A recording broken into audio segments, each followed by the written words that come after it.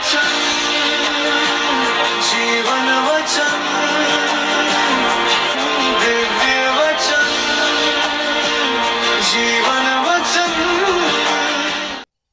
यहाँ बैठे हम में से कई लोग मुस्कुरा रहे हैं, लेकिन क्या सच में दिल में शांति है? किसी के मन में घर की चिंता है, किसी के मन में भविष्य का डर है, किसी के दिल में एक अनकहा दर्द है जो किसी को बताया भी नहीं गया है। हम प्रार्थना करते हैं, हम विश्वास करते हैं, हम चर्च जाते हैं, फिर भी कभी कभी अंदर से एक आवाज आती है, प्रभु मैं कोशिश तो कर रहा हूं, फिर भी इतना संघर्ष क्यों?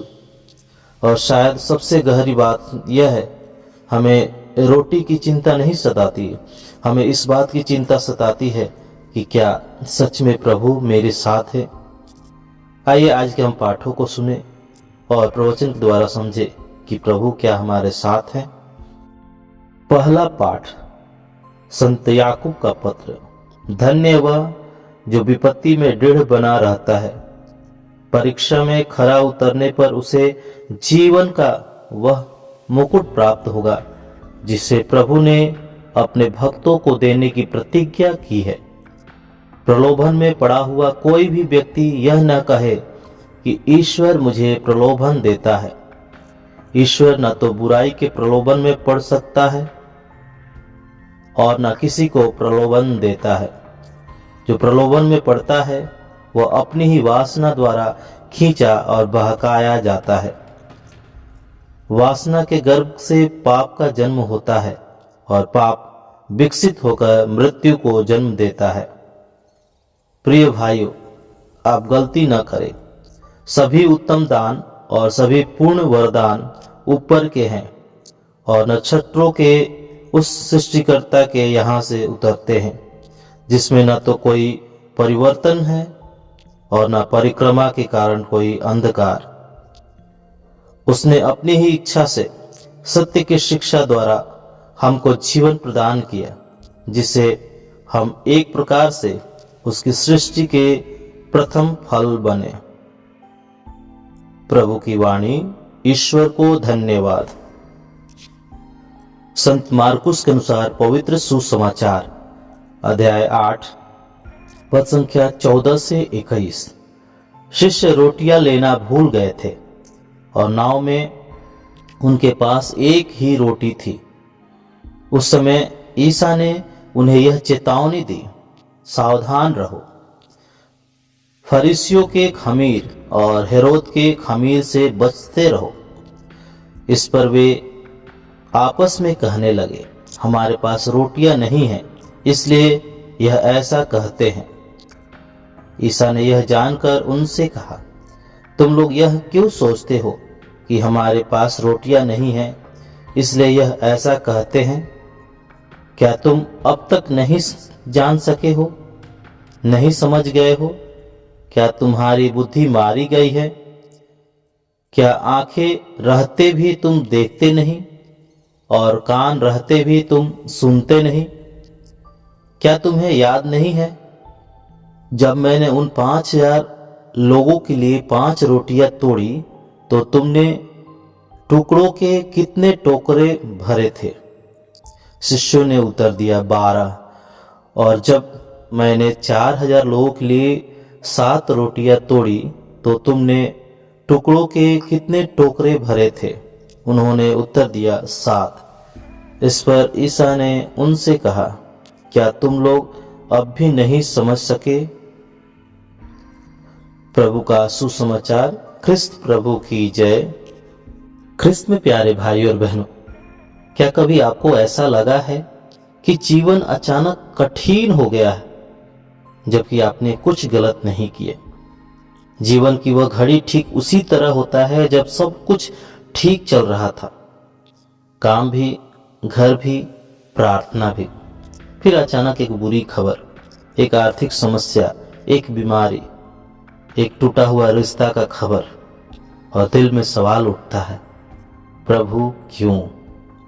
यही वह जगह है जहां संत याकूब हमें ढाढ़स देते हुए कहते हैं, धन्य है वह जो परीक्षा में स्थिर रहता है, वे कहते हैं धन्य मतलब परीक्षा हार की निशानी नहीं है, परीक्षा एक प्रक्रिया है।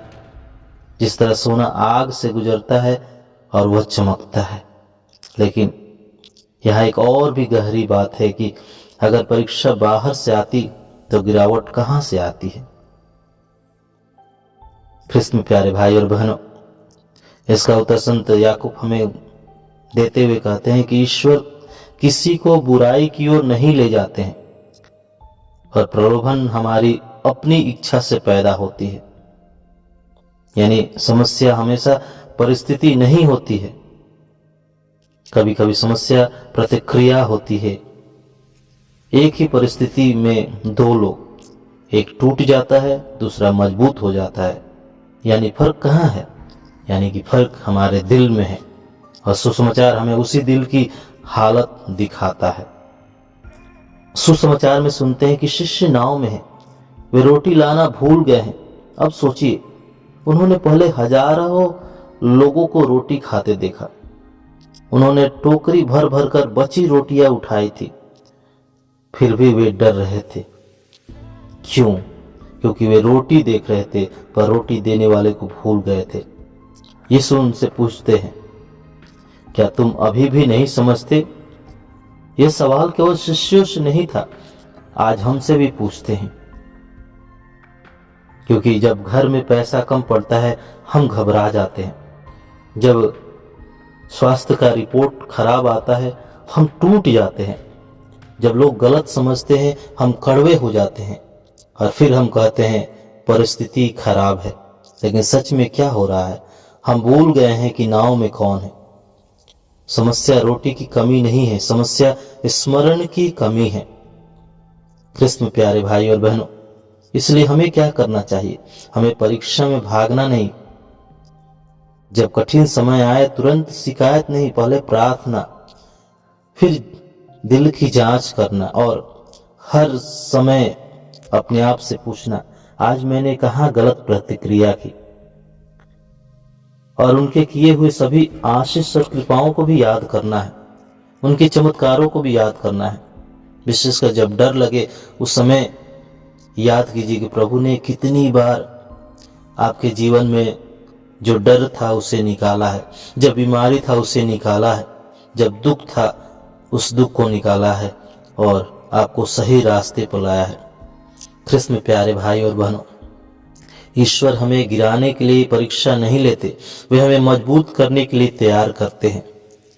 और जब रोटी कम दिखे, जब नाव डगमगाए, जब दिल कांपे, तब याद रखिए हर अच्छी देन ऊपर से आती है और हमारा स्वर्गीय पिता कभी बदलता नहीं है।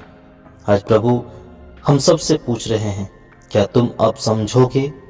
और शायद आज हमारा उत्तर हो, हाँ प्रभु, अब मैं अपनी परेशानी नहीं आपकी आशीष याद करूंगा, अपना दुख नहीं आपका सांत्वना याद करूंगा, मुसीबत नहीं बल्कि आपकी उपस्थिति याद करूंगा।